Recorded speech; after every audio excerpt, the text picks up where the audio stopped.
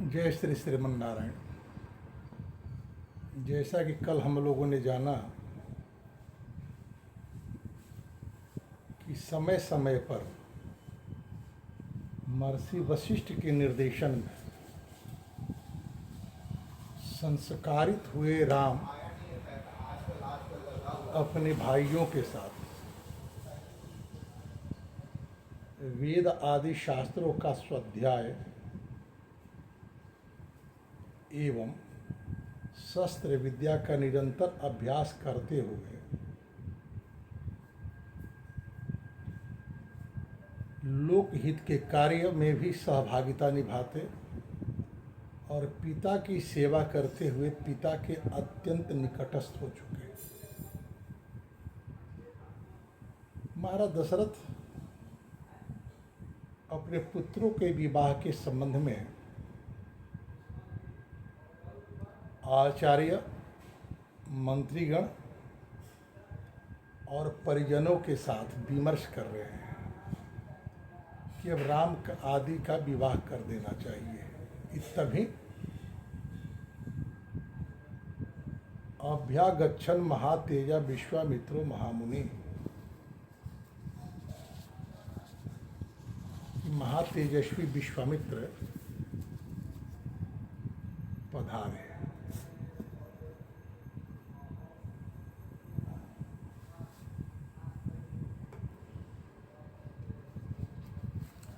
उनके आने का उद्देश्य क्या था? जब तक वे कहेंगे कोई जानेगा नहीं।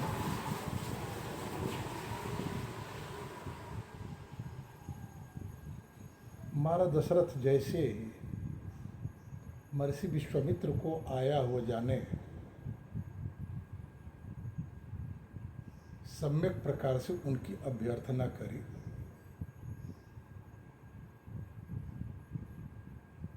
और उनके आने का उद्देश्य यह विश्वास जताते हुए जानने की इच्छा की कि आपका जो भी अभिष्ट होगा वो मैं पूरा करूंगा, इसमें किंचित मात्र भी आपको संदेह नहीं करना चाहिए। महाराज दशरथ के द्वारा आश्वासन प्राप्त करने के बाद महर्षि विश्वामित्र बक्सर सिद्धाश्रम से चलकर अयोध्या तक की यात्रा जो दुरूह थी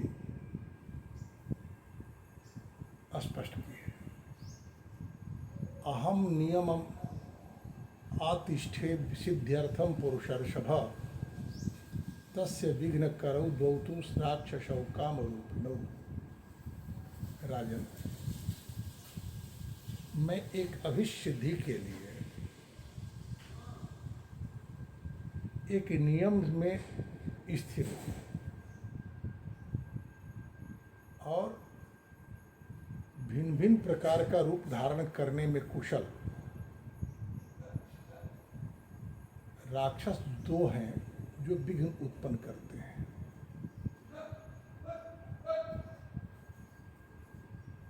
राक्षस संस्कृति है भिन्न भिन्न प्रकार का रूप धारण करना। रूप की पारदर्शिता नहीं, स्वांग धारण कर समाज को धोखा देने की प्रवृत्ति राक्षसों की होती है।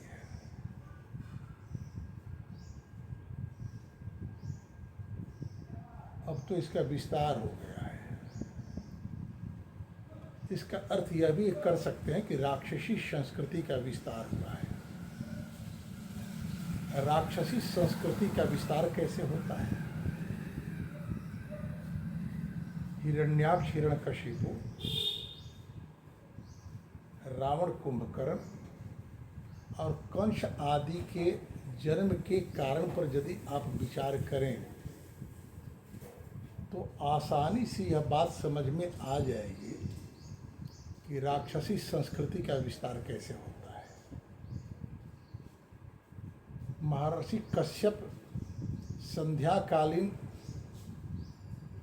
यज्ञ कार्य से उपरत होकर अभी बैठे ही थे कि दीति आकर पुत्र कामना के ब्याज से यौन आग्रह करने लगी। अपने पिता सुमाली के द्वारा बार बार प्रेरित किए जाने पर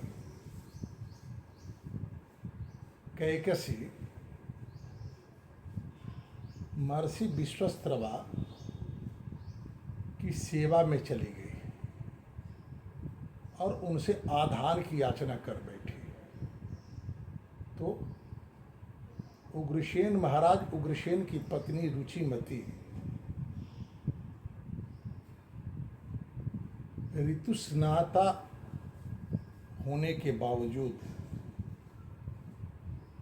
वन विहार को चली गई सखियों संग और काल नेमी का आधान स्वीकार कर ली। बात बहुत स्पष्ट है, स्त्रियां संस्कार का संरक्षण संवर्धन करने में समर्थ होती हैं। नीति कहती है दोषील मातृदोषेन, माताएं अर्थात स्त्रियां ही समाज को सदाचार, सभ्य और सुसंस्कृत नागरिक देती हैं। जब स्त्रियों के भीतर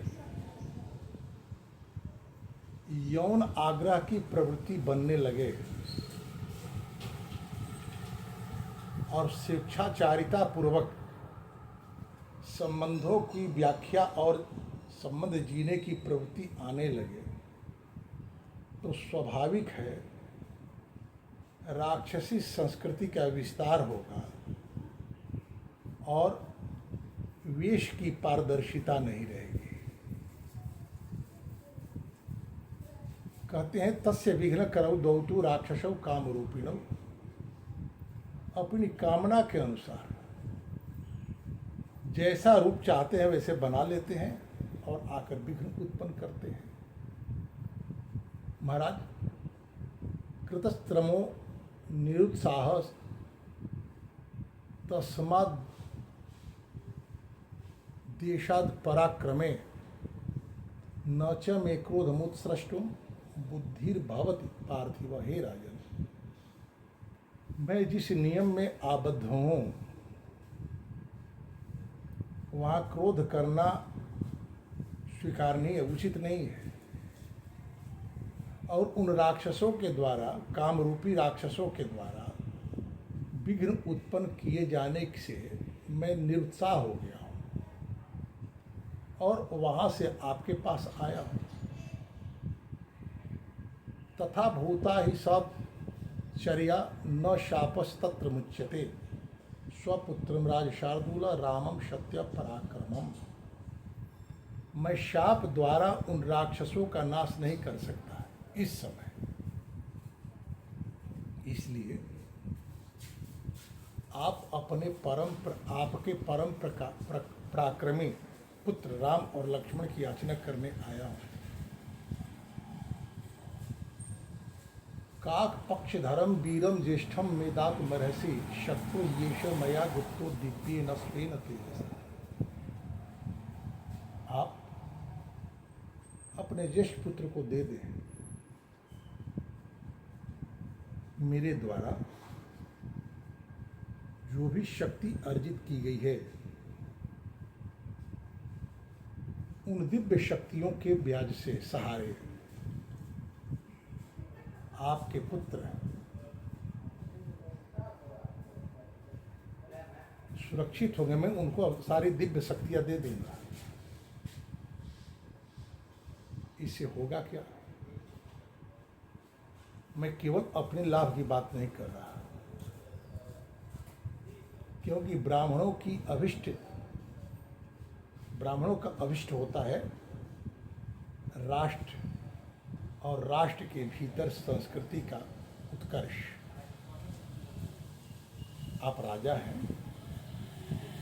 जब आपके राज्य में संस्कृति का उत्कर्ष होगा तो आपका राज्य सुरक्षित होगा। अंतर्दृष्टि से और जब आपका राज्य अंतर्दृष्टि से सुरक्षित होगा तो आप बाह्य शत्रुओं पर अपना ध्यान केंद्रित कर पाएंगे। किसी राष्ट्र के अंतर व्यवस्था में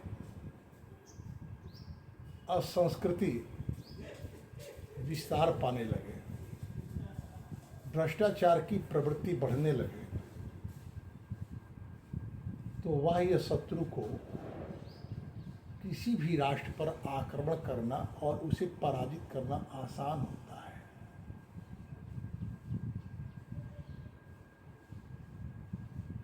तो इस दृष्टि से त्रयाणामपि लोकानां जेन ख्यातिं गमिष्यति न च तौ राममासाद्य शक्तो स्थातुं कथंचन। आपके पुत्रों की ख्याति सर्वत्र होगी, तीनों लोक में होगी। और मैं कहता हूँ, मेरे वाक्यों पर आप विश्वास करें कि वे दोनों राक्षस आपके राम के सामने टिक नहीं पाएंगे। रामस्य राज शार्दूल न पर्याप्तो भात्मनः न च पुत्रगतं स्नेहं कर्तुं मर्हसि पार्थिव। ये दोनों राक्षस आपके राम के प्रताप तेज के सामने टिकेंगे नहीं, इसलिए आप पुत्रजन्य मोह का परित्याग कर दें और अपने पुत्र को मुझे दे दें। महर्षि विश्वामित्र के आने से महाराज दशरथ के भी मुखमंडल पर जो उत्साह दिख रहा था, महर्षि विश्वामित्र ने पाया कि महाराज दशरथ का वह उत्साह तिरोहित हो चला है, मुखमंडल म्लान हो रहा है। महर्षि विश्वामित्र ने उत्साह खोते महाराज दशरथ को पुनर्उत्साहित करने के लिए कहा, वसिष्ठोपि महातेजा जे चेमे तपसि स्थिता यदि ते धर्म लाभम तू जसश्च परमम भूमि। ये जानते हैं महर्षि वशिष्ठ और जो भी तपस्या में संलग्न ब्राह्मण हैं, वे सभी जानते हैं राम के विषय में। इसलिए यदि आप धर्म और लाभ की कामना रखते हैं तो आपको राम को दे देना चाहिए। स्थिरम इच्छसि राजेंद्र रामम मेदातुमर्हसि यद्यभ्यनुज्ञाम काकुतस्थ ददते तो मंत्रिण। यदि आपके ये मंत्री वशिष्ठ आदि मंत्री भी आपको परामर्श दें, मेरे निवेदन को अनुमोदित करें, तो आप मुझे राम को दे दें। ये बात महर्षि विश्वामित्र कहते क्यों है? आप सभी जानते हैं कि पुत्र प्राप्ति के उद्देश्य से महाराज दशरथ ने जो यज्ञ करवाया, उस यज्ञ में ये वशिष्ठ आदि ब्राह्मण ही थे जो ब्रह्मा से कहे थे, ये ब्राह्मण देवता आपके वरदान का सम्मान करना है,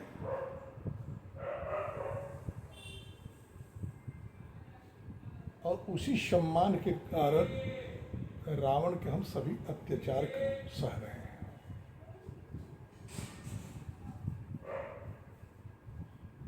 अब आप ही कोई मार्ग निकालें। ब्रह्मा जी ने कहा कि मनुष्यों को तुच्छ समझकर रावण ने मुझसे वरदान में यह नहीं मांगा कि मनुष्यों के हाथ से मैं न मारा जाऊं।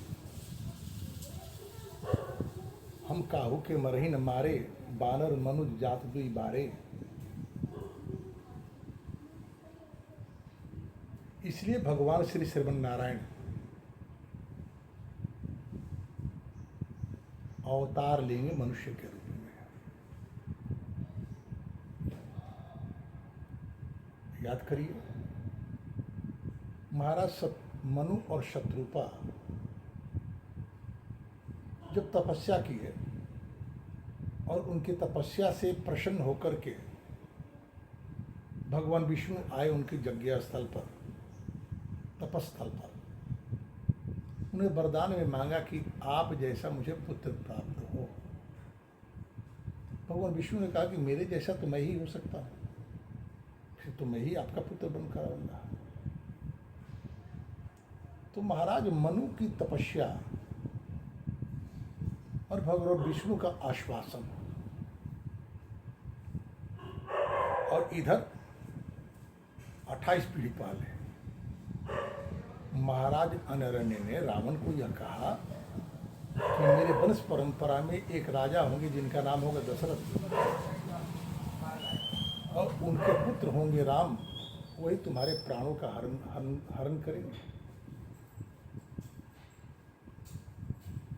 महाराज मनु की तपस्या, महाराज दशरथ की देवाराधन, ब्राह्मणों का निवेदन और महाराज अनरण्य की भविष्यवाणी,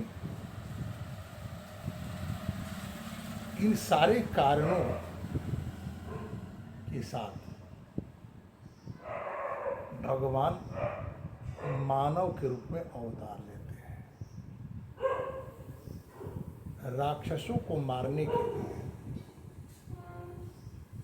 मानवीय चरित्र का होना आवश्यक है। समाज में जितने लोग जन्म लेते हैं मानव रूप में, वे मानव ही कहे जा सकते हैं क्या? मानव होने के लिए कुछ मर्यादाएं हैं, जैसा कि महाराज मनु ने अपनी स्मृति में अष्टदा विवाह और विवाहों के परिणाम स्वरूप प्राप्त होने वाली संततियों के शील का जो वर्णन करते हैं,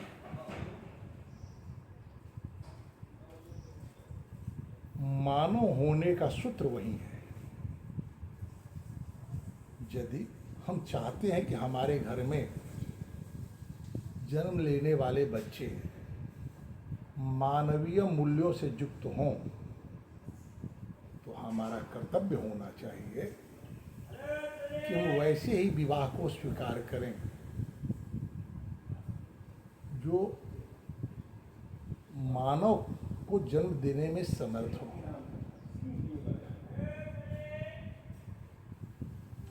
जब तक कोई पत्नी अपने पति के साथ धर्म पूर्वक संबंध नहीं रखती है, भोग परक आग्रह रखती है, उसके गर्भ से मानव जन्म नहीं लेते। आगे हम लोग देखेंगे कि महाराज दशरथ के संपूर्ण उपेक्षा के बाद भी देवी कौशल्या